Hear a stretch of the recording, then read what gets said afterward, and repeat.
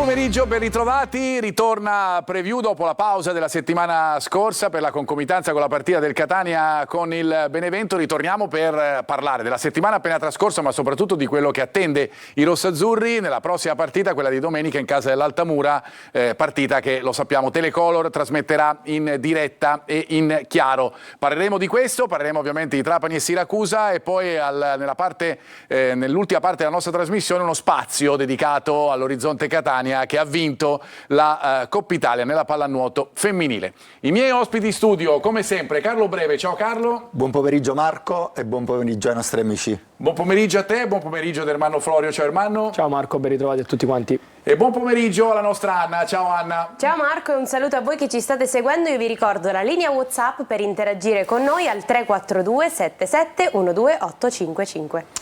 Ed io torno subito da te Anna, perché facciamo il punto della situazione andando a leggere il programma della giornata che attende il campionato di Serie C e anche ovviamente la classifica. A te. Inizia domani la 32esima giornata di campionato con 4 partite.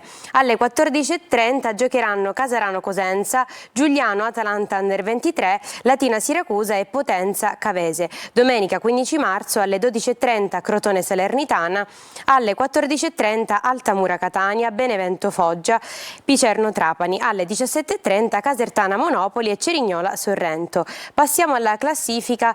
In testa con 73 punti Benevento, segue Catania 61, Cosenza 56, Salernitana 54, Crotone 51, Casertana 50, Monopoli 47, Cerignola 45, Potenza, Casarano, Altamura 40, Atalanta Under 23 38, Cavese 34, Sorrento 33, Latina 32, Picerno 31, Giuliano 28, Siracusa 24, Trapani 23 e chiude la classifica il Foggia con 22 punti.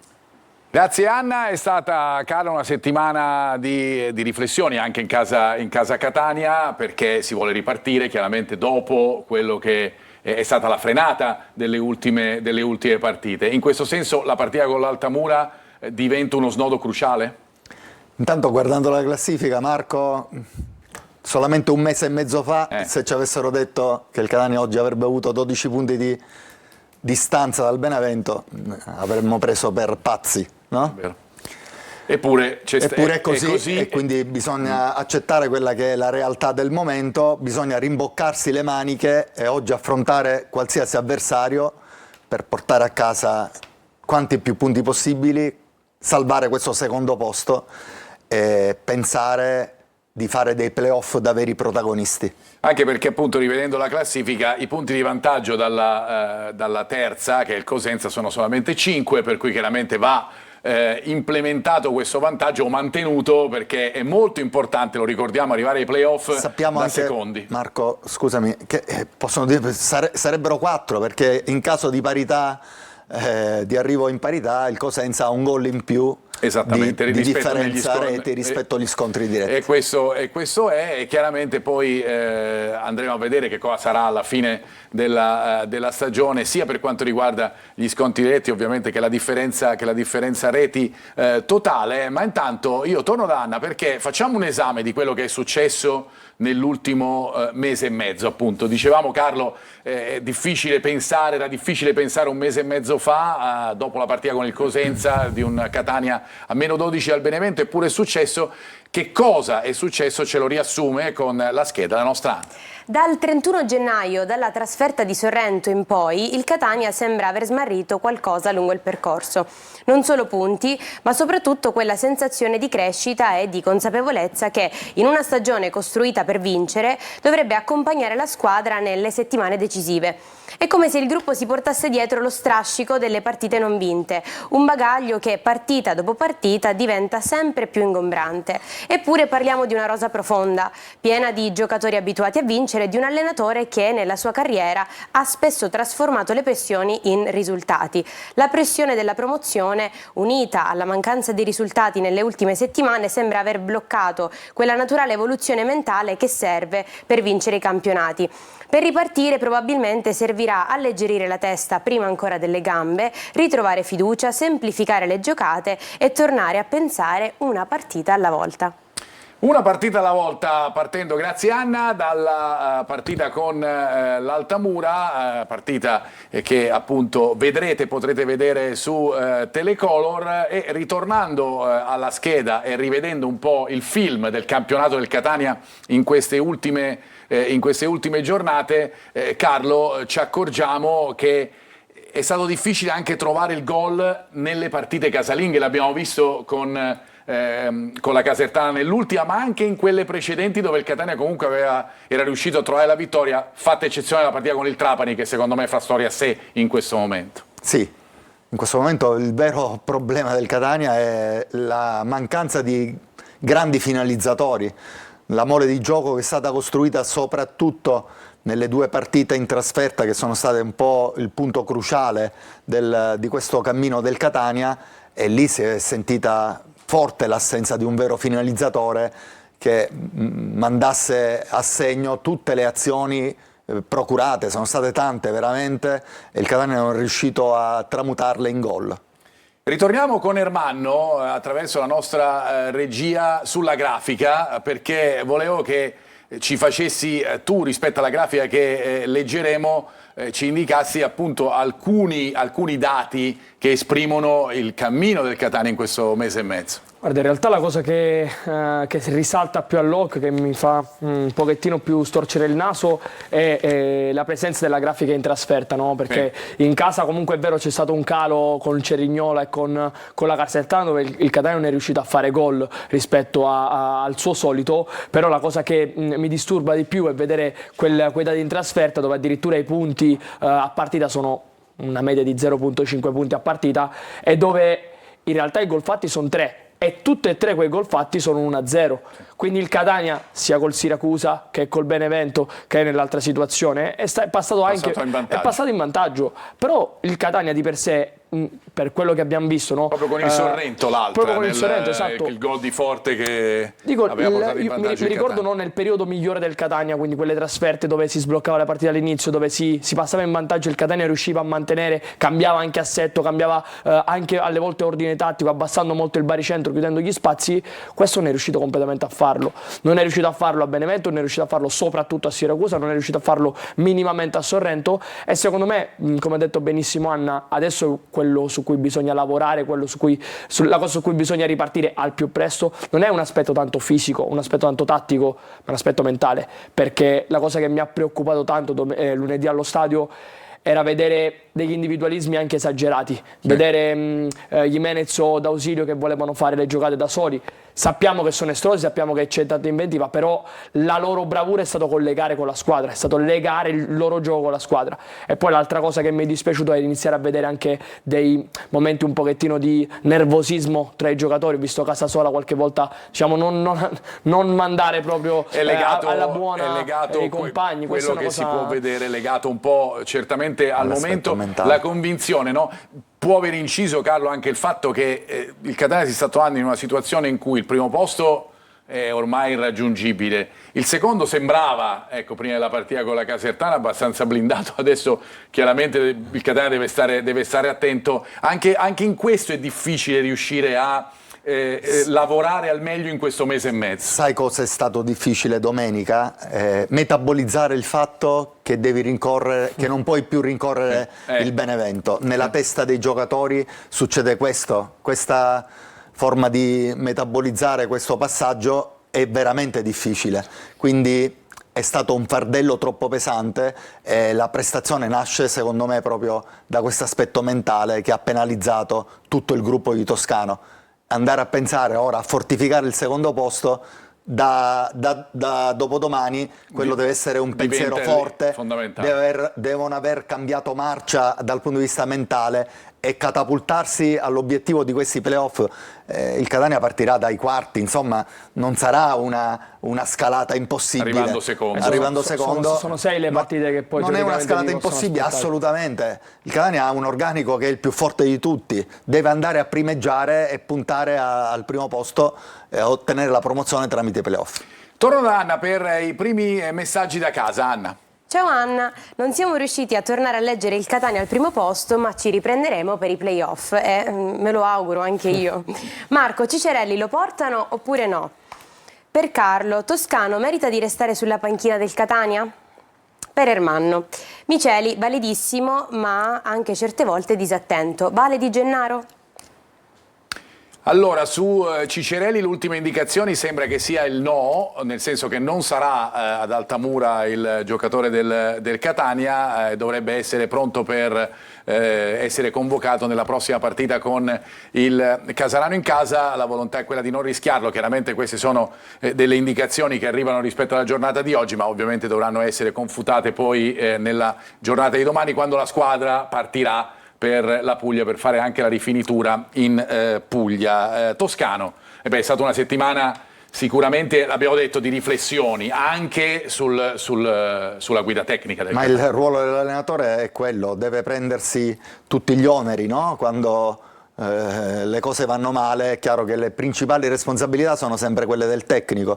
Non credo che Toscano si nasconda dalle sue responsabilità nei confronti del suo gruppo e della sua proprietà, quindi questo sta poi alla società, alla proprietà, stabilire se Toscano sia l'uomo giusto per l'anno prossimo, ma dipenderà sicuramente dall'esito finale del campionato. Chiaramente, anche se è l'uomo giusto per portare appunto il Catania verso questa fase finale della stagione. Miceli, Ermanno, la domanda era per te. Sì, diciamo l'abbiamo punzecchiato più volte durante anche qualche analisi tattica che abbiamo fatto. Miceli non si è fatto trovare proprio sempre precisissimo in alcune letture, in alcune giocate, però adesso soprattutto nelle ultime due, sia col Benevento, con la Salernitana, ma anche con la Casertana, l'ho vista in fortissima crescita. Vedo che ha preso proprio in mano gli ordini proprio della difesa, facendo lavorare benissimo sia Allegretto che Pieraccini a sinistra, rimettendo al suo posto in maniera ottimale anche Gherardi, quindi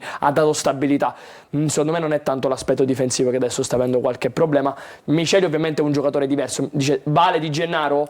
Non ti so dare questa risposta certa, anche perché a me personalmente Di Gennaro piaceva davvero tanto, e Di Gennaro secondo me dava qualcosina in più dal punto di vista della costruzione del gioco, mentre Miceli diciamo che è un difensore un po' più vecchio stile, però per il resto lo vedo molto ritrovato e secondo me è una garanzia adesso della difesa del Catania.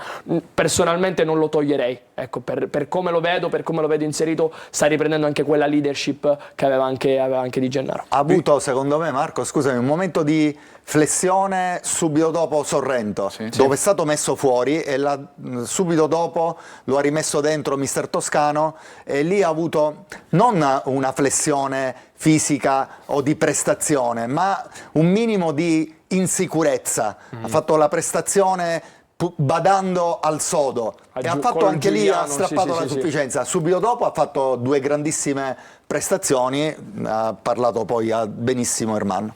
A proposito, Ermanno, torno da te, perché incominciamo ad analizzare l'avversario del Catania partendo dalla fase di possesso della squadra di Mangia, che è ritornato fra paesi, poi ne parleremo, ad allenare una squadra in Italia dopo tanti anni, proprio scegliendo l'Altamura. È una squadra che nelle ripartenze ha un punto a proprio favore. Sì, diciamo che gli uomini di Mangia per lo più molto giovane, una squadra molto giovane, una squadra che si sa difendere, che è brava molto nelle ripartenze, quindi riconquista della palla e poi riparte con gli uomini giovani, freschi, che attaccano bene lo spazio. Qui lo vediamo bene, addirittura è Zazza che riconquista palla. Zazza non è il Simone Zazza che conosciamo, ma è il difensore 2005 dell'Altamura. Però mi sembra che sia con una Z sola. Sì, riconquista, gioca dentro per Curci, e poi c'è una ripartenza veloce con Grande e Rosafio, che sono, diciamo, i due trequartisti che in questo caso si trovavano un pochettino più rialzati, e poi vediamo Zazza continuare la corsa, ricevere questo pallone, entrare addirittura poi al limite d'area, quasi dentro l'area, e cercare la via della rete. Questo è uno degli elementi anche che l'Altamura mette, perché crea tanta densità, lo vedremo poi successivamente, ma nelle ripartenze è veloce a attaccare gli spazi. Qui vediamo un'altra soluzione dove invece qua nasce il primo gol contro il Benevento. Qui è bravo Curcio prima e Nazzaro dopo. Anche lui Nazzaro, molto bravo, 2005, Nazzaro. Molto forte, classe scuola Lazio. Riparte palla al piede, con lui partono Dumbia e Peschetola, un 2002 un 2007, bravi a conquistare campo, a conquistarlo velocemente, poi c'è l'ingresso in area, qui qualche giocata, e poi bravissimo Peschetola a trovare diciamo al rimorchio l'inserimento di Grande, molto bravo a colpire di testa, a trovare l'1-0 col Benevento. Queste sono sono situazioni, sia qua l'abbiamo visto col Foggia e col Benevento, sono situazioni soprattutto in casa che la squadra di Mangia ricerca molto, anche perché hanno giocatori di gamba, hanno giocatori che possono spingere e molte volte nelle transizioni sono veloci a ripartire e a conquistare campo. Tra parentesi, Peschetola che è nominato dovrebbe essere fra gli disponibili della partita insieme a Crimi, anche se chiaramente anche di questo ne sapremo di più, soprattutto con la conferenza stampa di Mangia che sarà nella giornata di domani. Ritorno da Anna per altri messaggi. Chiedono a mister Breve cosa deve fare il Catania per uscire dalla crisi. Secondo me ci sono 2 allenatori capaci di portare il Catania in Serie B passando dai play-off e sono Marino e Pagliuca. Da qui alla fine del campionato c'è ancora la possibilità di raggiungere la vetta della classifica, Forza Catania. E ancora, buongiorno allo studio, mi sapete dire quando rientra Loi? Grazie. Aloi non rientra in questa stagione, questo ve lo dico. Per quanto riguarda invece il resto, sì, i nomi, Carlo, di nomi in questa settimana ne abbiamo sentiti tantissimi legati a un futuro sulla panchina del Catania. Quando si mette in discussione l'allenatore è chiaro che ci sono delle alternative, no? È naturale. Pagliuca a me un allenatore piace tantissimo, però è difficile prendere un allenatore come Pagliuca che comunque ha fatto Serie B e ha fatto un'ottima Serie B. Ma sono comunque i nomi che abbiamo sentito detti al nostro telespettatore, sono nomi che comunque sono circolati e circolano soprattutto a livello social, poi bisogna vedere chiaramente il Catania, ma resta il fatto che intanto bisogna andare ad Altamura, c'è Toscano in panchina e noi speriamo che il Catania vinca ad Altamura per continuare la corsa. Ma cosa deve fare il Catania? Deve fare gol. Deve fare gol. Deve sbloccarsi con dei finalizzatori che puntino al sodo e metterla dentro. A proposito di fare gol, andiamo ad analizzare il Catania nelle ripartenze e nelle riaggressioni, Ermanno. Sì, nelle ultime 3 il Catania si è resa molto pericolosa, soprattutto in situazioni di transizione anch'essa. Infatti mi è piaciuto far vedere delle situazioni simili. Qua vediamo secondo me l'occasione più pericolosa che ha avuto il Catania nel primo tempo con D'Ausilio, che poi a campo aperto vedi c'ha una gamba, una fibra muscolare paurosa, non lo reggi più. D'Ausilio che punta, salta il primo uomo, poi addirittura fa 65 metri palla al piede con un'ottima conduzione. Qui aveva delle possibilità di scelta, ma decide, visto che comunque a livello di consapevolezza momentaneamente sta molto bene, decide di puntare, saltare l'uomo. Poi qui non è bravissimo nella ricerca della porta, non è diciamo la sua masterclass, e si spreca un pochettino l'azione. E poi qui invece c'è un'ottima chiusura di Gherardi su un possibile 2 contro 2 il gol dell'1-0 che ha fatto un po' tremare secondo me i tifosi del Catania. Da questa transizione, da questa riconquista, la palla anche in maniera fortunata arriva a Donnarumma, però è bravissimo Donnarumma a muoversi su quella fascia, è bravissimo Lunetta a attaccare lo spazio, ma oltre a lui c'era già Jimenez che attaccavano l'aria, bravi nel ricercarsi 2 a trovare il gol dell'1-0 del Catania. Meno Vannucchi nell'uscita. Però anche se il portiere anche forse è rimasto in porta, non è detto non era facile, perché Lunetta l'aveva colpita bene, aveva trovato lo spazio. E poi è quel cross che mette nelle condizioni Vannucchi di sbagliare, perché poi alla fine è sempre così. Carlo? Sì, no, sai, analizzando questa situazione c'è un must che è mio del calcio, la palla mezza e mezza se vinci, una situazione che sembra inutile, perché sembra quella riconquista di Gherardi, una situazione inutile, può diventare decisiva. Fare un passo indietro Gherardi, perché scappare indietro, invece è decisiva 2 volte, non fa prendere gol e fa fare gol. Quindi quelle palle che sembrano inutili, una palla vai con superficialità, non succede nulla, vai con cattiveria per conquistarla, riesci a fare gol, eviti un gol e ne fai un altro, quindi deve essere questa la cattiveria che devono avere tutte le domeniche i giocatori del Catania, i giocatori di qualunque squadra. Le palle mezze e mezze bisogna vincerle. Ed è questo un dato anche per la partita con l'Altamura. Noi ci fermiamo, ritorniamo fra pochissimo, continueremo a parlare dell'avversario del Catania nella prossima partita.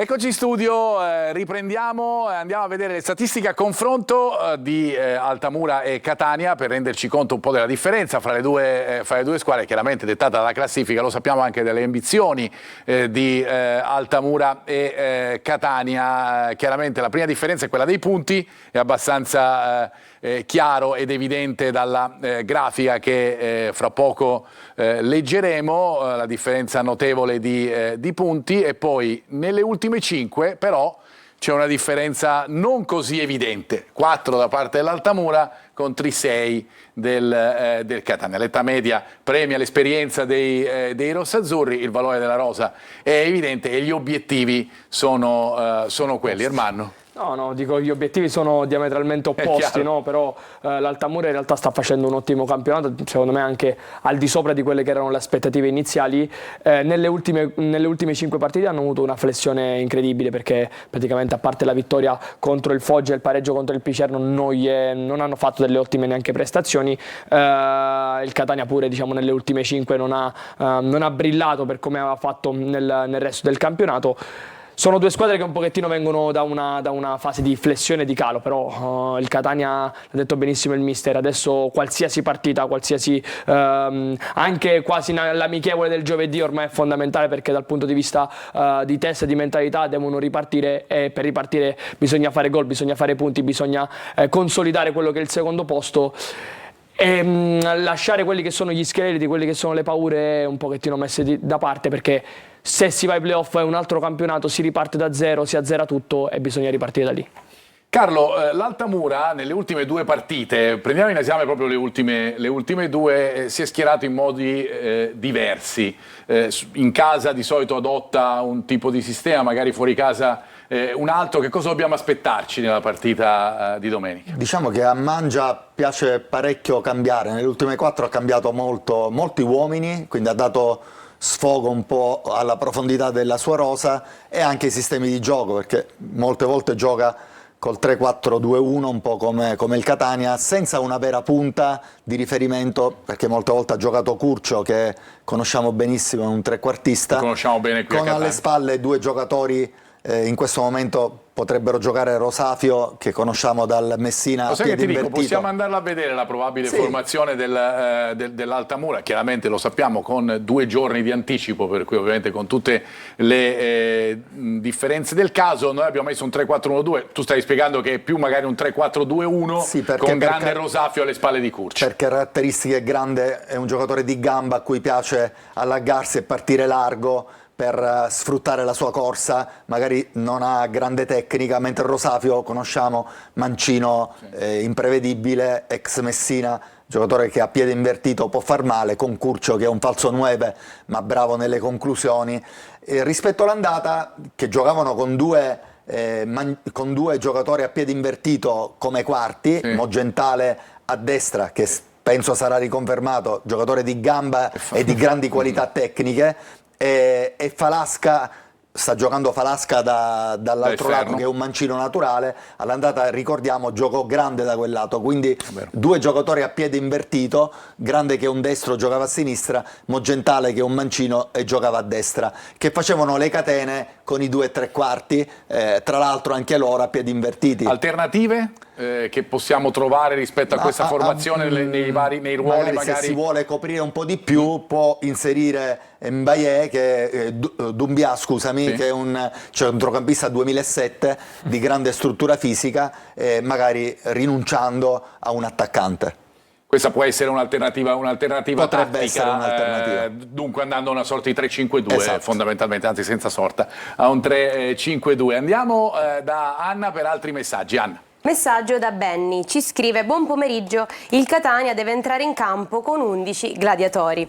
Buon pomeriggio a tutti, purtroppo bisogna guardare in faccia la realtà, siamo scarsi, ma la fortuna è che quelli che stanno dietro sono più scarsi di noi.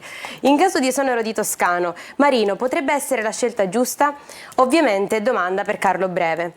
Buongiorno, per me in questo momento è importante dare uno scossone cambiando allenatore e i tempi per assimilare nuovi moduli ancora ci sono. Attendere ancora potrebbe compromettere la vittoria dei playoff. Mister Breve, sei d'accordo? Da Salvo, abbonato Tribuna A.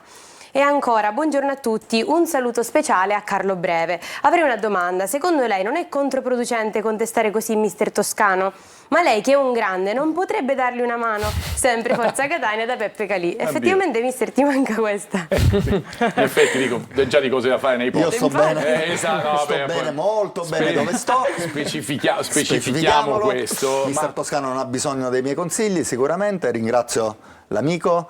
per quanto riguarda Pasquale Marino, ma chi non è legato a Pasquale? È il tecnico che ci ha portato in Serie A. A Catania quando si dice Pasquale Marino. Sempre Pasquale, esatto. Ma sicuramente mister Toscano, credo che la società abbia confermato, anzi senza credo, gli ha confermato la fiducia, adesso parlerà il campo per lui. Esattamente, sul fatto che il Catania sia scarso rispondo io, no, non è così. Non è così sicuramente, magari le idee che si poteva avere all'inizio della stagione non sono state confutate da quello che abbiamo visto, soprattutto nell'ultimo mese e mezzo, quello è fuori di dubbio. Sugli 11 gladiatori siamo ovviamente tutti d'accordo. Ritorniamo all'Altamura, sempre per quanto riguarda la fase di non possesso, in questo caso sono attenti, vanno con una pressione anche a uomo, no? Nella zona, nonostante adottino la zona, soprattutto sulla transizione negativa. Sì, ho voluto analizzare un pochettino quelli che sono i principi della squadra di Mangia e analizzare quelli che diciamo sono i movimenti soprattutto nella fase di pressione di difesa. Qui vediamo una pressione a uomo nella zona. Cosa vuol dire? Vuol dire lasciare un uomo libero soprattutto sul lato debole, però tutti gli altri sono in marcatura stabile, e portare un uomo in più, l'uomo in più ovviamente, portarlo nella propria linea difensiva in modo da non creare mai parità numerica. Qui questa pressione un pochettino viene fatta ma poi salta completamente. Anche qua vediamo una pressione, vedi, tutti sono a uomo sui riferimenti tranne Zazza, che è il giocatore in più in questo caso, per evitare, come succede in questo caso in una transizione, quelle che possono essere poi delle ripartenze, quindi creare mai un 2 contro 2 a campo aperto quanto un 3 contro 2 in modo da coprire meglio gli spazi, e poi qui anche un pochettino fortunati nel giocarsi i duelli. Qui c'è un 1 contro 1 laterale e poi Zazza, sempre per il discorso della superiorità difensiva, pronto a intervenire in avanti o a coprire gli spazi. L'abbiamo visto anche un pochettino contro il Foggia, vedi, creano pressione sui riferimenti rispetto ovviamente in vicinanza della palla, quindi cercano di limitare tutti quelli che sono gli appoggi. Poi qui su questa palla lunga diciamo che Poli non si fa trovare prontissimo, però è quello il principio, andare sull'uomo a seconda se la palla a destra e a sinistra, spostarsi con tanta densità in zona palla, lasciare libero lato opposto e poi creare una superiorità soprattutto sulla linea difensiva. A proposito di chiave difensiva dell'Altamura, invece certe volte i riferimenti sono un po' persi, no? Forse sarà anche per questo il fatto che magari vanno a pressare con un uomo sulla transizione della squadra avversaria. Diciamo che lasciano un uomo dietro in qualche modo per coprire alle volte degli svarioni, no, di alcuni giocatori, anche perché è una squadra molto giovane, una squadra che alle volte pecca anche di mancanza di esperienza e lucidità, e alle volte può capitare che perdono qualche riferimento. Lo possiamo vedere proprio dal taglio video numero 4. Ci sono comunque, analizziamo delle situazioni dove c'è una perdita del riferimento che crea ovviamente degli spazi alle spalle, o comunque che permettono poi degli inserimenti degli avversari. Vedremo fra poco la numero 4, il taglio numero 4, eccolo qua, in questo momento. Esatto, questo è un esempio contro il Foggia. Qui creano la ricerca di una riconquista, pressione che però non è molto ordinata. Foggia che esce bene da questa pressione, però vedi c'è una superiorità in fase difensiva, vedi il giocatore analizzato dal cono di luce sta in mezzo a due difensori. Qui c'è una scelta secondo me più che scellerata di Poli, che decide di uscire e liberare spazio alle sue spalle. È molto lontano sia il braccetto di destra che il braccetto di sinistra, si crea quello spazio dove è bravo l'attaccante a muoversi, un po' meno poi attaccare la profondità. Però questo, vedi, perdita del riferimento, non vanno sul riferimento e perdono un po' la copertura anche dello spazio. Qui in un'altra situazione invece c'è la presenza dei vari giocatori tutti sui riferimenti e il giocatore in più che è il difensore centrale in questo caso. C'è tanto spazio tra i due centrali che Zazza e Silletti, su cui si inserisce un giocatore in maglia cosentina, e qui Zazza guarda solo la palla, Florio è in ritardo su quel tipo di marcatura e si trova il gol di Beretta del Cosenza. Quindi alle volte perdono un pochettino la marcatura, perdono i riferimenti o creano degli spazi tali per poter... Dove si possono inserire i giocatori del Catania, chi nel caso specifico potrebbe farlo? Tra l'altro Florio che è un attaccante, si trovava. Un attaccante che a me piace parecchio, uno che va a concludere bene. Sicuramente quando si perdono i riferimenti, se non si hanno dei principi ben precisi sulla copertura degli spazi, succedono questi disastri. Sì, e questi chiaramente d'altro canto si spiega come una squadra possa essere ovviamente a metà classifica, una squadra che Però- non segna tantissimo, non subisce tantissimo, ma che comunque appunto qualche errore Però dico, lo porta. la bravura è provocare Esatto, l'errore l'errore avversario. dell'avversario. Quindi se c'è tanto movimento lì davanti, se non si danno punti di riferimento, Lo dicevamo si spacca un per pochettino il la cross di linea. Donnarumma con l'uscita del portiere del Benevento. Sì, questo no, è no, chiaramente- bisogna, perché molte volte, sai, soprattutto quando c'è una marcatura uomo o quando ci sono dei principi diciamo ormai consolidati, perché siamo quasi a metà marzo, bisogna anche in qualche modo a livello tattico provocare l'errore dell'avversario. Per farlo ovviamente c'è bisogno di grande movimento, c'è bisogno di combinazioni come quello che per esempio vedremo successivamente, che hanno messo un po' in difficoltà Andiamo a vederlo subito, che cosa mette vedi, in difficoltà il qua Catania il in Catania questo invece senso. fa una pressione diciamo blanda in questo caso, però ognuno c'ha il proprio riferimento. Qui addirittura vediamo Miceli, proprio per il discorso, no, della pressione uomo su uomo,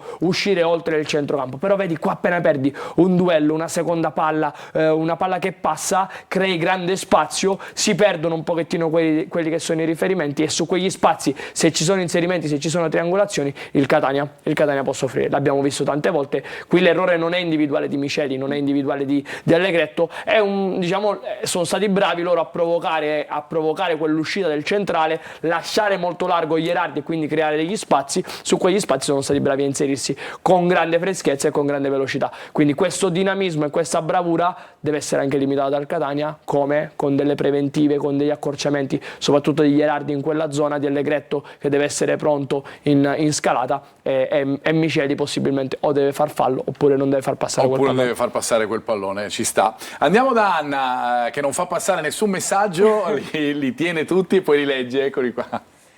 Buongiorno, facendo i dovuti scongiuri, se il Catania perde ad Altamura, Toscano sarà ancora in panchina?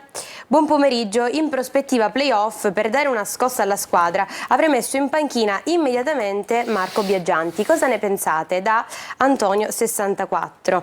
Prepariamoci per la finale playoff contro l'Arezzo. Vediamo se indovino. Forza Catania. L'Arezzo addirittura. Allora, l'ultimo lo prenderemo come surrogato dell'intelligenza artificiale, grazie, nel senso che speriamo, se non altro, a parte l'avversario, se non altro che non andrebbe neanche tanto male, ma insomma poi alla fine potremmo avere il Catania lì, è la cosa più importante. Va bene. Esatto. L'Arezzo in realtà è primo in classifica. Appunto, qui l'Arezzo, esattamente. Ravenna e Ascoli sono un po' più indietro, quindi mi sembra un po' difficile. Infatti stavo andando a verificare proprio questo, non credo che sia possibile sotto questo punto di vista l'incrocio.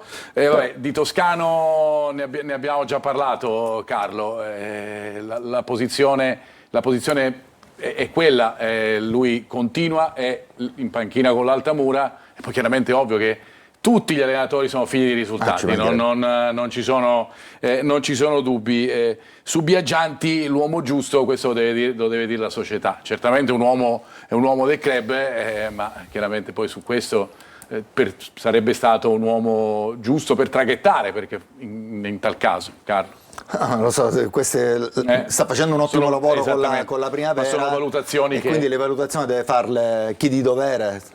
Sicuramente non possiamo farle noi. No, ecco. no, quello ci limitiamo a dire appunto dell'ottimo lavoro di Marco e del cuore rossazzurro di Marco Biaggianti, e quello non lo scopriamo noi, ma è chiaro che la società fa le valutazioni. Io credo che se ci sarà un cambio, sarà un cambio progettuale anche legato al futuro prossimo. Ma ripeto, queste sono discussioni che si potevano fare lunedì, martedì, mercoledì, ok. Adesso siamo al venerdì e andiamo e ci proiettiamo verso la partita. A proposito di partita, ma anche di non partita, perché quello che succede fuori dal campo a Trapani va sempre raccontato, andiamo dal nostro Franco Camarasana. Ciao Franco, buon pomeriggio. Ciao, buon pomeriggio. Allora, situazione dopo l'ulteriore penalizzazione, che cosa ci si aspetta a Trapani, e poi vai subito con la probabile per la partita di Picerno. Vi dico brevemente, anzi in estrema sintesi, quello che è successo in settimana a Trapani. Partiamo dalla partita di Crotone di domenica, con gli ultra fuori alla curva perché hanno trovato la curva chiusa, e poi a inveire cori ovviamente non molto positivi fuori dai cancelli dello stadio. A inizio di settimana sui muri della città sono apparse scritte offensive con manifesti col volto di Antonini travestito da clown, che il sindaco ha ordinato di rimuovere presto. Poi ha esaminato anche il vice allenatore di Aronica, Mirko Spataro, lo ha sostituito con l'allenatore della Primavera Salvatore Utro. Ha licenziato Paolo Cericola, il responsabile della comunicazione che si era portato dietro la Roma nel 2003, finendo praticamente di smantellare l'ufficio stampa privato di recente dei giornalisti e dei tecnici che ne facevano parte, tutti bravi, sottolineo.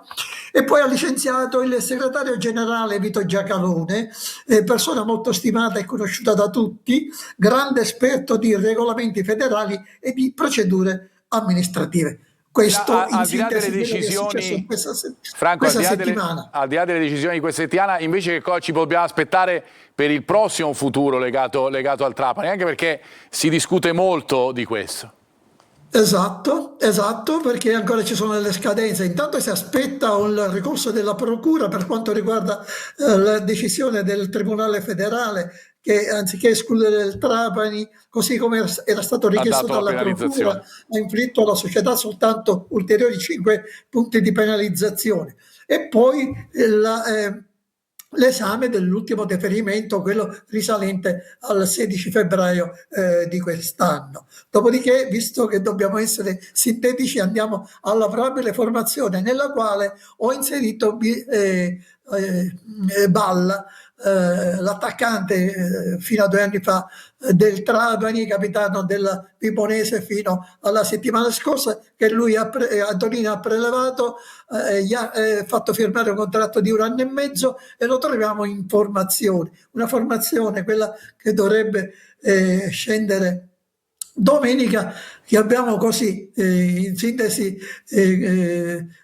pensato in questo modo: Galeotti tra i pali, Perri, Pirrello, Motoc e Nicoli in difesa, Celeghin e Aronica a centrocampo, a supporto del trio di attacco Balla, Matos e Benedetti, dei 3 alle spalle di Stauciuk. Ripeto, per sommi capi dovrebbe essere questa, però dopo quello che è successo nelle ultime settimane, scusate la mia voce, ma non sto molto bene, con la squadra che ha preso una media di 3 gol a partita, può darsi che ci siano altri cambiamenti. Ciao Franco, riposati e riprenditi. Grazie a Franco Cammarasana come sempre da Trapani. Ci ritroviamo ovviamente alla prossima puntata di Preview. Voglio tornare subito da Ermanno, perché ritorniamo dalla situazione della fase di non possesso, per cui ritorniamo a parlare di Altamura Catania. Sui cross, come anche questi sono temi che prendiamo spesso in considerazione di ogni squadra che affronta il Catania. Sì, abbiamo visto i principi su pressione, adesso vediamo i principi su una palla laterale, dove l'Altamura non si comporta come nella fase di pressione in una marcatura a riferimento, ma inizia a lavorare un pochettino più di reparto, quindi lavora più con il concetto di linea e il concetto di copertura degli spazi. Possiamo vedere proprio dal taglio video, in questa situazione crea una buona densità in zona palla, crea un'alta densità anche in aria, ricercando sempre una superiorità difensiva. Infatti poco prima della partenza del cross addirittura all'interno dell'area si crea un 4 contro 3 e un 4 contro 3 si crea anche in zona palla. Quando il cross arriva, la copertura dello spazio dell'area è abbastanza totale, però ovviamente creando densità lateralmente e creando densità in aria si libera lo spazio al limite, e questo spazio al limite può essere in qualche modo uno spazio interessante da colpire, anche perché il Catania nell'ultimo periodo ha calciato molto da fuori, quindi potrebbe essere un'idea anche per gli uomini di Toscano. Qui vediamo un'altra situazione col Benevento, dove c'è una ottima densità, un'alta densità dentro area, in modo da chiudere o da limitare quelli che sono i pericoli, però c'è spazio al limite, da dove nasce il secondo cross. Anche qui c'è una superiorità difensiva degli uomini di Mangia, che però non viene sfruttata benissimo, e trova il bellissimo gol, se non sbaglio Prisco, nell'1-1 poi del Benevento, che si trasformerà in 2-1. A proposito, Carlo, volevi... No, vedevo le immagini e vedevo come proprio da palla laterale si attaccano molto agli uomini, sono molto attenti e quindi non è semplice, insomma, andare a colpire. Lì ha fatto una grande giocata Prisco, quindi molto attenti nelle letture dai cross laterali. Andiamo a vedere invece cosa fa il Catania sulle azioni, appunto, sullo sviluppo laterale delle avversarie. È un Catania che di solito è compatto, di solito è organizzato. Qualche cosa però di negativo in tal senso si è visto nelle 2 partite clou della stagione, no? Sì, diciamo che i principi sono sempre quelli, no? Sempre la ricerca del riferimento, però vediamo qui per esempio chiave, no? Miceli e Allegretto in questa situazione di palla centrale sono entrambi usciti completamente dalla pressione, quindi si crea un po' di spazio. La linea più che linea, non è mai linea perché se si lavora sul riferimento non si lavora sulla linea, però si ricompatta un po' e qui un po' Miceli forse anche all'inizio della gara non aveva sbloccato un pochettino forse il fiato, non riesce a limitare questo tiro, però si era ricompattato bene il Catania. Qui invece su una palla lunga vediamo sempre il Catania sui riferimenti, ognuno ha il proprio uomo da marcare o da tenere d'occhio. Qui Casasola secondo me in primis non la deve fare battere quel pallone, però si crea un 1 contro 1, è un duello, può capitare di vincerlo, può capitare di perderlo, in questo caso lo perde, si crea ovviamente quando perdi un 1 contro 1 si crea una superiorità ovviamente abbastanza e sono lontani, come giustamente facevi notare anche i compagni sono lontani perché ovviamente è una pressione a uomo e si creano gli spazi, le linee non sono strette perché non esistono delle linee.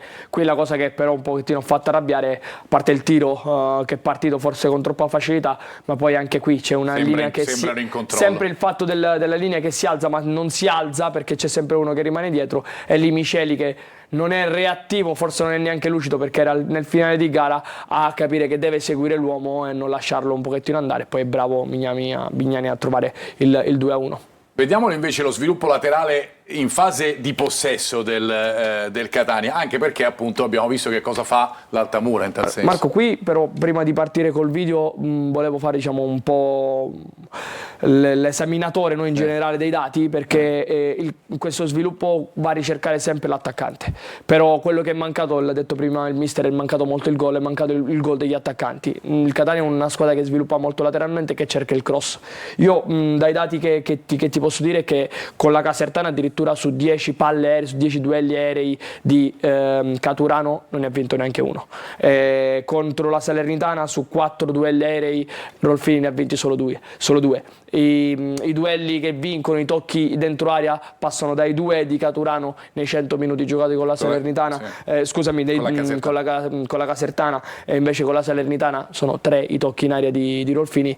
Troppo poco per un attaccante. Addirittura i tiri di Rolfini in porta contro la Salernitana sono 0, 2 totali, 0 in porta. Questi sono dei dati che comunque ti fanno vedere un po' che riassumono un po' quello che abbiamo detto all'inizio della trasmissione, perché poi il Catania, insomma, per cambiare regime deve mettere il pallone dentro la porta e dunque significa... E soprattutto siccome è una squadra che sviluppa lateralmente e si affida molto a quelli che sono i colpi di testa, a quello che è il lavoro dentro area dei suoi interpreti migliori, in questo caso Caturano, l'abbiamo visto, Lunetta l'ha fatto benissimo col Benevento, il gol nasce proprio da quel colpo di testa. Vediamo quello invece è mancato un po', no? che cosa il Catania e come va allo sviluppo in tal senso. Sì, qua nelle due clip che ho creato si crea, prima col Benevento, Caturano che in realtà si muove anche bene dentro, si sta muovendo bene, qua viene ricercato in maniera pulita da Casasola, è bravo anche Lunetta a attaccare l'area. Qui invece è molto bravo come tempo a colpire, però non è incisivo nel trovare la porta e nel trovare la rete. Qui invece vediamo un'ottima soluzione di Jimenez e Casasola che esegue una sovrapposizione interna, entra dentro, bravo a giocarsi doppiamente l'1 contro uno degli elementi secondo me più interessanti della Salernitana, che è già Bois, lo salta prima col sinistro e poi col destro. Qui poteva metterla per d'ausilio, però non si fida forse del suo piede debole, rientra nuovamente sul destro e lì secondo me Rolfini deve fare qualcosa in più su quella palla. Deve fare qualcosa di meglio. Abbiamo commentato, no, Carlo? La differenza tra un finalizzatore e un giocatore di movimento è proprio quella. Fosse stato Caturano o Porteli, l'avrebbero messa dentro. Sarebbe stato gol. Marco Petrolito, vado a sentire Marco, perché appunto la situazione in casa Siracusa è oltremodo particolare, perché da un lato c'è tutto ciò che sappiamo legato alla società, dall'altro c'è una squadra che sta volando in questo momento sotto l'aspetto dei risultati. Marco, buon pomeriggio anche a te. Buon pomeriggio Marco, buon pomeriggio a voi in studio. Sì, Siracusa che è già arrivata a Latina, dove domani alle 14:30 è in programma un altro impegno fondamentale per la squadra di Turati, che è reduce da 3 risultati utili consecutivi. Adesso è terzultimo, essendosi lasciata alle spalle Trapani e Foggia. È inutile sottolineare il fatto che agli azzurri serve totalizzare il maggior numero di punti possibile nelle ultime 7 partite stagionali per continuare a sperare nella salvezza, anche in considerazione del fatto che a fine mese, come sappiamo, arriverà la seconda penalizzazione. Si parla di una sanzione che andrà dai 2 ai 6 punti, e dunque ecco, la classifica potrebbe tornare a peggiorare. Sotto l'aspetto tecnico, tuttavia, come dicevi, la squadra continua a vivere un momento davvero ottimo, un momento di forma splendido, che gioca davvero sempre meglio, con i recenti risultati che hanno portato alla conquista di ben 7 punti nelle ultime 3 partite. I giocatori arrivati a gennaio sembrano aver trovato la giusta collocazione. La squadra, comunque vadano le cose al di fuori del rettangolo di gioco, ci crederà fino alla fine. Se del resto continuano appunto ad arrivare, ecco, questo tipo di prestazioni ad altri punti, la speranza di raggiungere i play-out è più che mai viva, non è più un miraggio, anche in virtù del fatto che ci sono ancora diversi scontri diretti. Uno di questi è appunto quello di domani pomeriggio, il cui calcio d'inizio è previsto per le 14:30.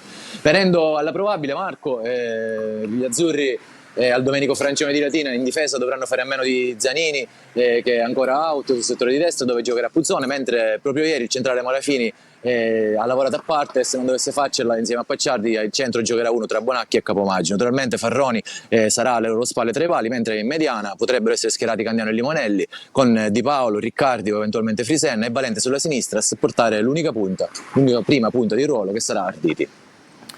Grazie Marco, grazie per le indicazioni Grazie sul Siracusa e anche sulla probabile degli aretusei per la partita. Noi ci fermiamo e ci ritroviamo fra pochissimo, ancora spazio ovviamente ad Altamura e Catania, e poi uno spazio per l'Orizzonte e Catania di pallanuoto. A fra poco.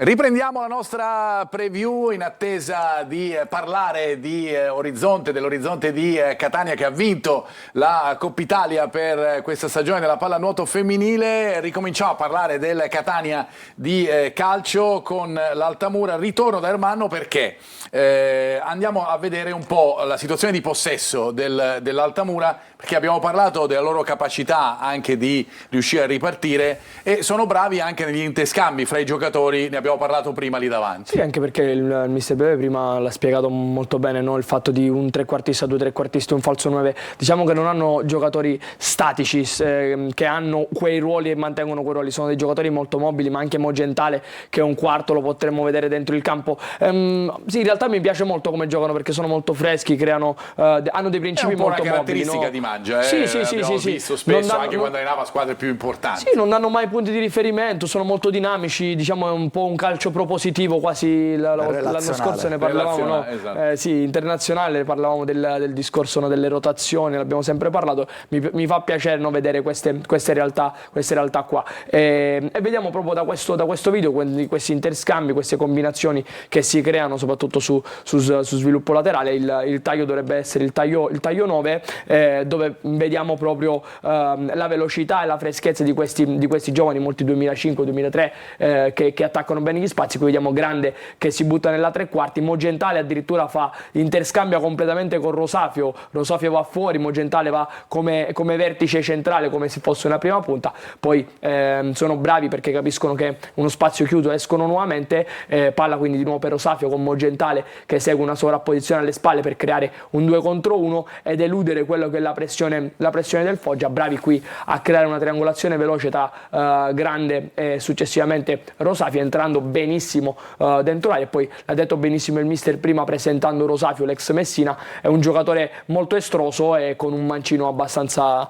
vellutato. Qui non trova la porta, però è un giocatore che sa calciare molto bene, che trova e cerca spesso il tiro e la conclusione. La squadra che ha dei principi, no? Si vede. Beh, bellissima questa azione a 3 con do palla e mi butto nello spazio. Veramente complimenti a Mangia, ma Mangia è un ottimo allenatore, lavoro, ci mancherebbe. Andiamo a vedere proprio la scheda dell'allenatore dell'Altamura. Intanto lo ringraziamo perché è uno di quelli che ci evita di cambiare la scheda rispetto all'andata, perché è rimasto rispetto ad altri, ma insomma questa è anche perché ha una carriera così importante che chiaramente va raccontata. È tornato ad allenare in Italia, lo dicevamo, dopo un'esperienza a Malta. È stato tecnico dell'Italia Under 21 nel 2012, ha vinto 10 delle 14 partite alla guida degli azzurrini, sfiorando anche un titolo continentale. Ha allenato anche il Palermo in A, è stato esonerato, questa è una curiosità, proprio dopo una sconfitta per 2-0 subita nel derby col Catania. Andiamo a vedere da un ex Palermo ad un ex Catania, che è Curcio, che è il giocatore che abbiamo segnalato come giocatore più rappresentativo per quanto riguarda l'Altamura, anche se appunto avete detto voi ci sono tanti, soprattutto della zona offensiva dell'Altamura, che potevano entrare in questo ruolo di faro. Abbiamo messo Curcio anche per l'esperienza e per tutto quello che ha fatto l'anno scorso alla Ternana, 6 reti in 35 presenze, e poi tutte le squadre in cui ha giocato, che non sono di poco conto: Catanzaro, Vicenza, Catania appunto, Foggia e Casertana, oltre la Ternana e l'Altamura. Allora vado da Anna perché ci sono altri messaggi che arrivano da casa. Messaggio da Santo. Buon pomeriggio per Carlo. Preoccupa molto la condizione fisica, sembrano in ginocchio. E ancora, salve Anna, per entrambi gli autorevoli ospiti, perché a Catania allenatori e giocatori di successo subiscono una metamorfosi in negativo? Forse la piazza fa troppa pressione? Buon pomeriggio da Italo. E ancora, l'anima di ogni squadra è il centrocampo ed il Catania manca di quest'anima. Cosa ne pensa il breve? Saluti G da Catania. Il breve, non andiamo, comunque dico, mi è venuto in mente la battuta con l'articolo, insomma, che non era il caso di fare. Allora, condizione perché giocare tante partite, nell'ultimo periodo si sono giocate tante partite nel giro di pochi giorni. È chiaro che qualcuno ha accusato stanchezza, vedi Casasola su tutti. È chiaro che non sono delle macchine i giocatori, dispendono soprattutto dal punto di vista mentale, quindi la giusta gestione delle risorse è fondamentale in queste occasioni. Allenatori e giocatori che subiscono, si è detto anche l'anno scorso, ogni volta che il Catania non va bene si dice che la pressione, l'ambiente, però in questo caso se la prima parte della stagione, più di la prima parte della stagione andava bene, allora... Le pressioni a Catania, diciamo, ci sono sempre state. Quando sposi il progetto Catania sai che ci sono pressioni, ed è il bello, no? Secondo me, per un allenatore, per un giocatore è bello sposare queste ambizioni. La metamorfosi negativa ci può stare un calo, ci può stare un abbassamento, però la bravura adesso, no? Se i tifosi in qualche modo sono consapevoli che da 11 anni che non si fa la cadetteria, che non si vede come un campionato importante, abbassare anche loro un pochettino di quelle delle pressioni, evitare di andare via prima del tempo e comunque cercare di supportare la squadra, perché il campionato non è facile. D'altronde mi metto anche nei panni dei tifosi, dopo appunto tanti anni che si aspetta di arrivare al risultato. Il però tifoso non è una cosa, cioè, se si è capito l'errore, non si partisce su quell'errore, si cerca di migliorare, no? Lo sappiamo, ma chiaramente c'è l'emozione e l'emotività che fa tanto per quanto riguarda i tifosi. Il centrocampo? Esatto. Quello dato sul centrocampo? È chiaro che il Catania non ha un top player, diciamo, no? Nella zona mediana ha sicuramente 4 ottimi giocatori con caratteristiche un po' di incontristi di legna. È cresciuto tantissimo secondo me Quaini, che è diventato un giocatore veramente top per le sue caratteristiche. Non c'è il classico regista che prende in mano le redini del gioco. Devo dire che, a parte Di Tacchio, che ha una grande personalità e un grande senso di appartenenza, Corbari è un giocatore lì adattato nei due, perché è più una mezzala, e Di Noia, diciamo che sia a Salerno ma soprattutto a Benevento ha fatto vedere buone cose. Forse l'infortunio a inizio anno di Aloi, sicuramente ha emozionato un po', era un giocatore che poteva sicuramente assumere il ruolo di leadership in mezzo al campo. Sotto l'aspetto appunto anche della qualità e della costruzione. Calci piazzati, lo facciamo sempre anche questo, l'angolo legato ai piazzati, in questo caso ovviamente in chiave offensiva per il Catania. Sì, si è creato pericolosità soprattutto con la Casertana e con la Salernitana, niente in realtà col Benevento, è stato secondo me anche un dato che poteva essere rivisto. Qui vediamo, creano questa soluzione con i 3 migliori saltatori sul secondo palo e Pieraccini leggermente staccato, ci sono dei movimenti a mezzaluna e una ricerca proprio di quello spazio, bravissimo anche Pieraccini, Allegretto e Miceli attaccare quello spazio di campo, quell'angolo di campo. Allegretto qui un po' sfortunato, se la trova sotto, però poteva essere un'ottima palla gol e poteva portare anche a sbloccare la gara. Qui vediamo al quinto minuto Donnarumma mettere questo cross col mancino, quindi a rientrare per il centro dell'area, loro marcavano una zona, si è staccato benissimo Miceli che impatta bene, qua anche un pochettino di sfortuna, sai quando ci sono gli episodi, c'è questa traversa che non permette al Catania di sbloccarla. Qua un'altra situazione, mi è piaciuto rivedere un pochettino qualche schema del Catania, anche un pochettino diverso e non nella ricerca dell'area, bravo De Sirio a staccarsi, a creare questo velo. Qua Di Tacchio deve... Di Tacchio la doveva invece che aspettare così tanto, forse non se l'aspettava, la doveva attaccare un po' prima, però poi da questa seconda palla si crea, volevo analizzare l'occasione di Casasola, proprio il movimento di Casasola che sbuca qua dall'inquadratura, fa questa mezzaluna incredibile, D'Ausilio e Casasola ormai si intendono con grande alchimia, si trovano, bravo anche qui Casasola a sterzare nuovamente, poi se la ritrova sul sinistro è obbligato a calciare, trova la porta ma non la rete. Andiamo a vedere lo stato di forma dell'Altamura, ne abbiamo parlato anche quando abbiamo visto le statistiche a confronto, lo facciamo attraverso gli ultimi risultati della squadra di Mangia, che ha perso in casa del Potenza, ha perso in casa con il Benevento, poi è andata a pareggiare a Picerno, ha vinto contro il Foggia e ha perso a Cosenza, l'ultima per una posizione di classifica a quota 40 che vede l'Altamura perfettamente in zona playoff, anche se ovviamente nelle ultime parti della zona playoff, con 10 vittorie, 10 pareggi e 11 sconfitte, una squadra, come abbiamo spiegato, sicuramente seria. Invece per i precedenti e i pronostici io vado subito da Anna. I risultati precedenti sono l'anno scorso 1-1 e nel 96 0-1. Pronostico dell'intelligenza artificiale un pareggio 1-1 con gol di Mogentale e Jimenez. E qua ci saranno ovviamente anche gli scongiuri, la prossima volta li rivediamo in positivo queste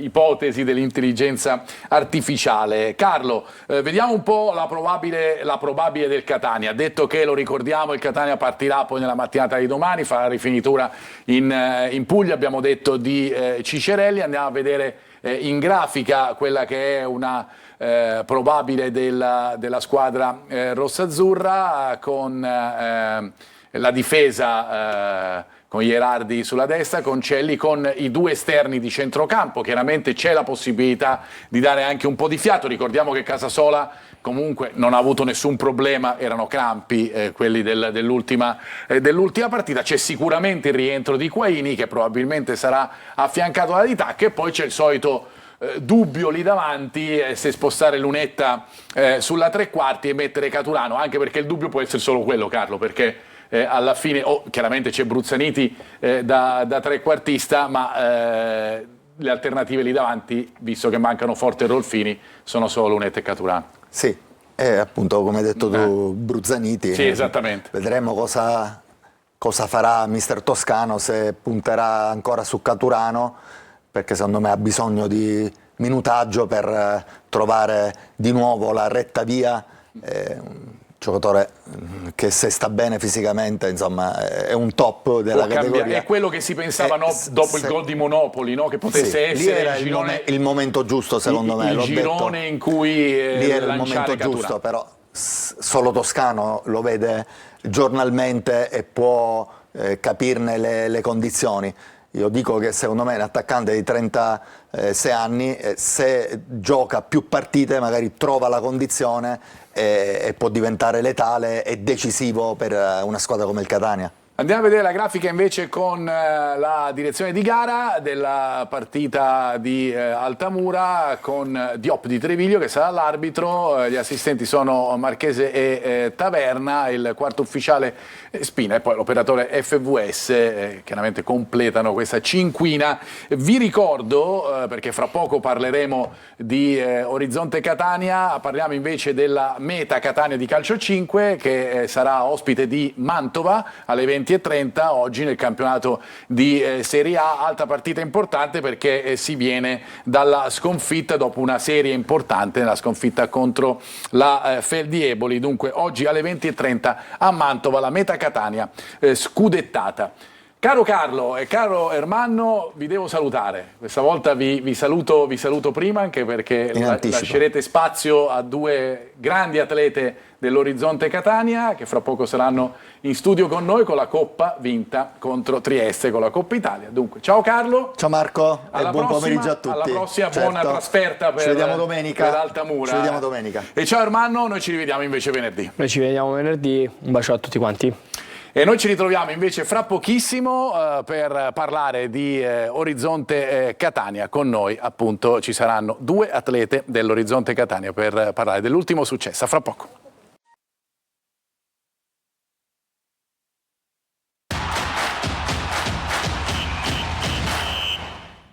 Ben ritrovati in studio per l'ultima parte di preview, in questo caso diciamo anche quella più importante perché celebriamo un successo di una squadra catanese, e che squadra, di una storica squadra catanese del panorama della pallanuoto mondiale, direi, non solo nazionale, cioè l'Orizzonte Catania. Lo facciamo con due giocatrici, con Claudia Marletta, ciao Claudia. Ciao. E con Giulia Viacava. Ciao Giulia. Ciao, piacere. E soprattutto lo facciamo con la Coppa che è alla mia destra e che fra un po', eccola qua inquadrata in questo momento, la Coppa che avete sollevato, la Coppa Italia che avete sollevato. Poi Claudia ci racconterà perché è l'unica, anzi parto da te Claudia, perché sei l'unica giocatrice ad aver vinto tutte e 6 le Coppe Italia dell'Orizzonte Catania. Soddisfazione, entusiasmo, orgoglio, che cosa di più? Tutte e tre cose, perché sono all'Orizzonte da 15 anni, per cui fa sempre piacere e onore vincere qualcosa, in questo caso la Coppa Italia.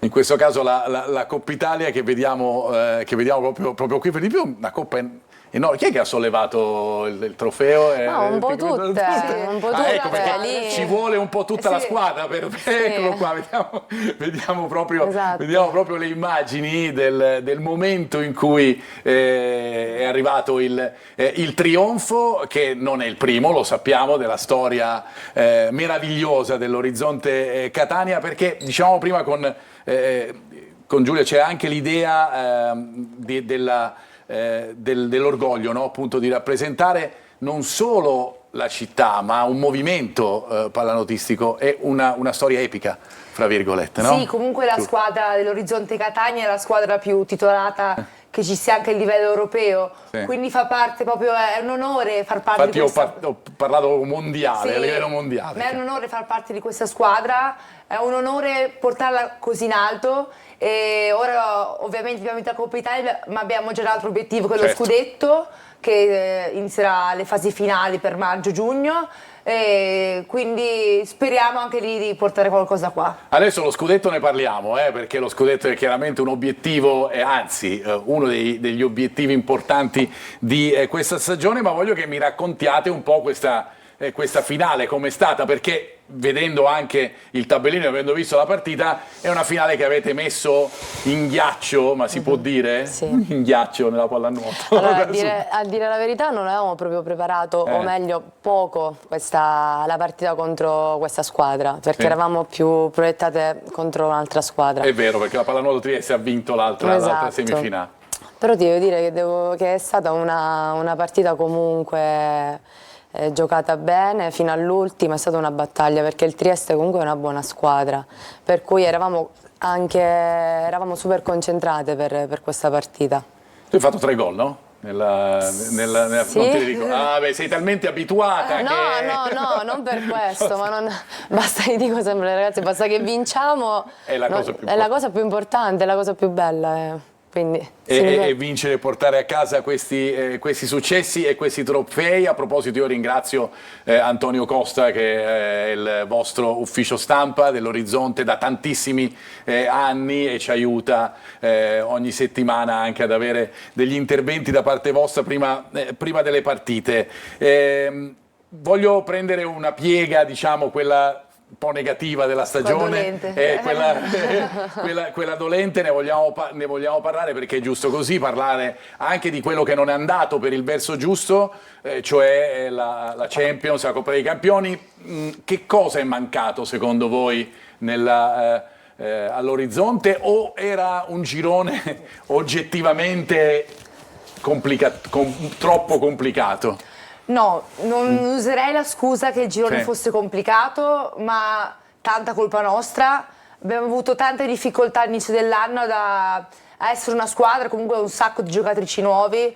Tra cui una nostra compagna straniera, Vivi Severic, è arrivata ora perché ha avuto un infortunio, è stata anche operata. Quindi comunque è stato anche anche per Mattina, Tania, comunque avevano dei progetti diversi. Abbiamo sbagliato, non dico tutte le partite, ma quasi, di Champions League, e quindi ci siamo ritrovati all'ultimo, che abbiamo provato fino all'ultima partita. 12-11, Sì. no? Avete perso con il però era un'annata, no, mettiamola così. Non è sicuramente che gli altri erano tanto più forti di noi, ma è colpa nostra. Abbiamo completamente sbagliato approccio alle gare, completamente sbagliato anche durante la partita. Non siamo mai state così ciniche per poter portare a casa il risultato. È bello perché c'è spesso e volentieri con voi anche la possibilità di parlare con serenità anche delle cose che non vanno bene, perché siete molto aperte, molto oneste nel dire anche quelle che sono state le vostre mancanze. Condividi, Claudia? Sì, condivido pienamente quello che ha detto Giulia. Ci proviamo da quanto? 7 anni meno. Più o meno ci proviamo da 7 anni. Sta anche questo, nello sport si vince, si perde, si cerca ogni anno. Per te è un obiettivo importante, no? In 15 anni. Sì, quindi è normale che uno come giocatrice chiaramente ci rimani male, ma come tutta la squadra, perché non riesce a portare a termine quella cosa che ti manca nel bagaglio di un atleta. Però ogni anno, usiamo qua, ogni anno uno ci prova e si spera sempre di fare la cosa migliore rispetto a quello che è sbagliato. Secondo me ci riuscirete, perché chiaramente avete dietro una società di grandissimo livello, certo. E certamente siete delle giocatrici di grandissimo livello. Ora parliamo invece del campionato, perché poi c'è la volontà di ripetersi, certo. C'è la volontà di far capire che l'Orizzonte è sempre la squadra più forte d'Italia. Come affrontate? Perché ci sono tante avversarie sicuramente importanti, la classifica in questo momento parla della SIS Roma, parla di Rapallo, ma insomma squadre che certamente sono e vogliono portarvi via questo tricolore. Certo. Beh, sicuramente non è facile riconfermarsi ogni anno. Tra l'altro, scusami se ti interrompo, ci tengo a dirlo, non è nemmeno scontato, Sì, perché qualcuno esattamente. pensa che l'Orizzonte debba per forza vincere. Nello sport non sta scritto mai che si debba per forza vincere, di scontato non c'è nulla. Tra l'altro mercoledì prossimo abbiamo già uno scontro diretto contro la SIS Roma, a Roma giochiamo, e quindi sarà già subito una partita importante, che poi a fine campionato in base alla classifica avremo la griglia per i playoff, quindi è una partita che non è che dobbiamo pensare, è una partita di campionato, tanto alla fine si vedrà, ma è una partita che per noi dobbiamo portare il risultato a casa, essendo che l'andata abbiamo perso in casa nostra. E per cui chiaramente diventa fondamentale. Sì. Domani invece c'è il derby, no? Sì. Con la Briz, domani ennesima alle 17. Ecco, appunto, ricordiamo, perché poi c'è da sostenere le nostre squadre. So che voi avete un bel tifo, ma noi continuiamo a dirlo ancora di più. Ancora di più serve ancora di più, anche perché c'è da divertirsi. Certo. C'è veramente da divertirsi. Ecco, questa è una bella domanda. Vi divertite in acqua, o è più la voglia di dimostrare in ogni luogo? Riuscite ancora a divertirvi ogni momento che scendete in acqua? Certo, riusciamo a divertirci. Poi quest'anno abbiamo anche in squadra una 4-5 giocatrici molto più giovani di noi, per cui anche quello ti aiuta, magari noi siamo un po' più grandi, io e Giulia e altre due, per cui ci divertiamo, cioè, fa anche bene avere delle giocatrici un po' più giovani. Ecco, rispetto a noi, perché noi siamo giovani. Voi siete giovanissimi, appunto. Quanto però pensate di poter dare, di poter trasmettere a queste giocatrici più giovani e anche magari a chi si affaccia al mondo della pallanuoto, che vede in voi le campionesse affermate? Ma noi comunque ogni giorno che ci alleniamo speriamo di essere un esempio per i compagni più giovani e siamo anche sempre pronte ad aiutarle, a dare dei consigli. Sta anche in loro comunque apprendere, imparare ed essere soprattutto curiose di imparare cose nuove, che non è scontato questo. E non è scontato, è vero, questa è una cosa. E quanto è invece il contributo anche per voi di giocatrici, ex giocatrici storiche come il vostro allenatore, come il vostro presidente, sto parlando di Mario e di Miceli ovviamente, ma con quanto è il loro contributo a fare sì che voi cresciate ogni secondo, ogni momento che siete in allenamento? Ma ti devo dire che anche noi sbagliamo. Ti faccio il mio esempio perché appunto sono da 15 anni qui e sembra che comunque con Martina, per carità, ci capiamo spesso e volentieri, però anche noi sbagliamo e il contributo lo diamo ogni giorno, chiaramente. Ed è così, appunto, quanto conta avere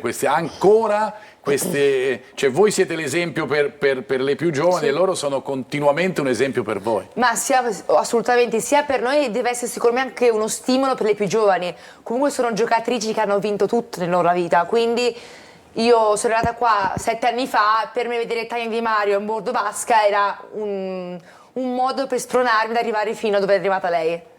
Quindi è uno stimolo in più che si ha sicuramente, anche comunque Tania entra in acqua con noi, si allena con noi, quindi è sicuramente un motivo in più che ti sprona a migliorare. Che ti sprona a migliorare, a dare tutto e a seguire chiaramente un esempio costante che avete la fortuna di avere durante gli allenamenti. Questa è stata una stagione anche particolare perché è venuta a mancare una persona molto importante per l'Orizzonte Catania, cioè Giorgio Bartolini, patron dell'equipe Orizzonte. Noi abbiamo letto ovviamente il vostro ricordo, tutto quello che ha fatto Bartolini per l'Orizzonte e soprattutto quanto vi ha regalato in termini di capacità di farvi sentire parte del gruppo. Però volevo sentirlo anche da voi, visto che abbiamo l'opportunità di sentirvi qua. Beh, è stato un presidente che con la P maiuscola, sempre presente a ogni partita, non dico ogni allenamento, ma la maggior parte degli allenamenti era presente negli spalti. È stata sicuramente 2 settimane molto difficili quando abbiamo scoperto che era mancato. È stata comunque la parte della nostra famiglia, noi facciamo parte della famiglia dell'Orizzonte e lui era quello che ha creato la famiglia dell'Orizzonte, quindi per noi è stato difficile. Poi comunque c'è anche Ciccio Dato che che lì in piscina comunque per noi veramente è stato difficile, ma eravamo pronte a dover vincere questa Coppa Italia anche per lui. Assolutamente. E sappiamo che lui c'era quei giorni lì, ne siamo consapevoli. Era lì a festeggiare insieme a voi, avete sentito anche la sua presenza? Abbiamo sentito sicuramente Giorgio. Noi eravamo le sue nipotine, davvero, per cui anche, soprattutto questa Coppa è per lui. E per lui è bellissimo sentirvelo dire, anche perché appunto chi ha avuto la fortuna di seguire le vicende dell'Orizzonte conosce appunto quanto sia importante, io dico non sia stato importante Giorgio Bartolini per voi. Rivediamo ancora queste immagini bellissime di questa Coppa in cui appunto lui era lì con voi a festeggiare questi gol e questo trofeo bellissimo della Coppa Italia. Vi chiedo, non andando poi specificatamente nell'argomento, ma quale pensate possa essere, perché è un periodo storico in cui fra virgolette gli altri sport, ecco, anche se io non considero gli altri sport in questo tipo di dicitura, per cui la differenza fra calcio e gli altri sport, ma in cui l'Italia sta facendo veramente tanto bene in tanti sport dove non faceva bene. Nella pallanuoto invece di solito l'Italia si è sempre ben comportata, ma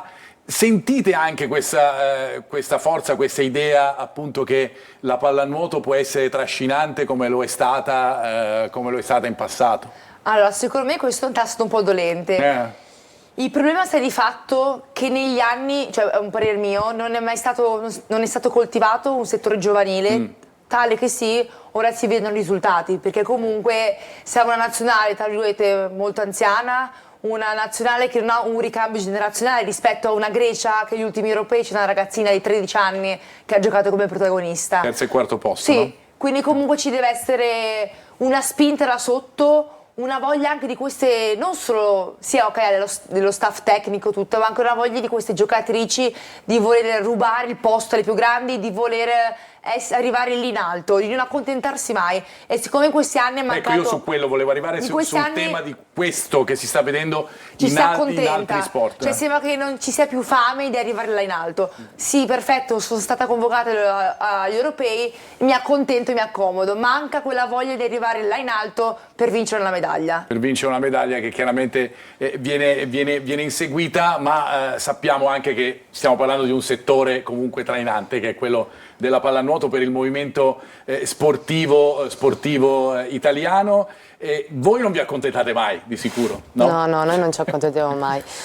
Ogni tanto dico sempre a Giulia, vorrei che le ragazzine di questa generazione un bel po' avessero la voglia che avevamo noi, perché noi non ci accontentiamo mai, comunque abbiamo 30 anni e in questo sport non sei giovane a 30 anni, per cui l'augurio che posso fare per tutte le ragazzine è quello di non avere mai, di non smettere di avere mai fame, voglia di vincere, di giocare, perdere, comunque di andare in campo e dare tutto. E di dare tutto, sì.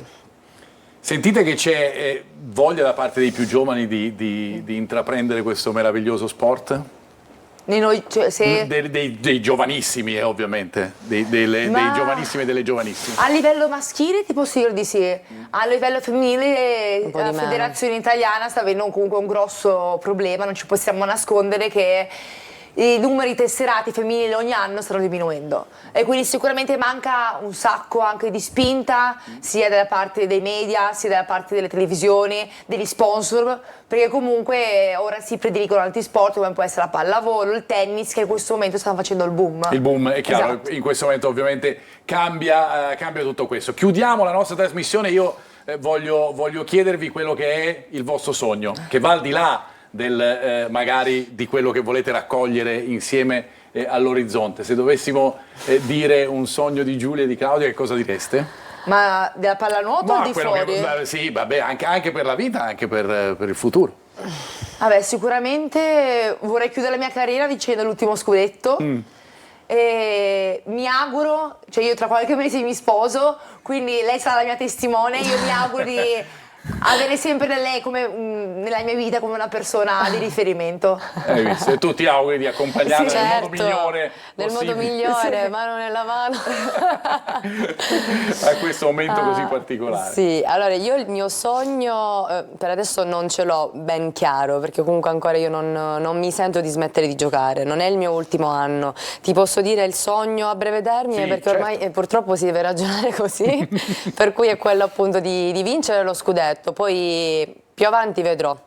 Più avanti, è giusto così, è giusto così. Un passo alla volta, voi ce lo insegnate, anzi nel caso vostro una bracciata alla volta, verso la porta. Io vi ringrazio veramente di cuore anche per la bella chiacchierata che mi avete fatto fare. Un saluto a Claudia Marletta, ciao Claudia. Grazie, ciao. E un saluto a Giulia Viacava. Grazie a voi per l'invito. E portate poi questa coppa meravigliosa, la riporterete con voi. Prima ci facciamo le foto, però certo. Lo sapete, le farà con noi anche la nostra Anna, che vado a salutare. Ciao Anna. Ciao Marco, grazie a voi per averci seguito. Io vi aspetto venerdì prossimo alle 14:30. Esattamente, questo è il prossimo appuntamento con preview appunto a venerdì. Vi ricordo ovviamente la partita del Catania in diretta su Telecolor domenica, per cui sintonizzatevi su Telecolor, diretta in chiaro e in esclusiva. Alla prossima, al prossimo venerdì con preview.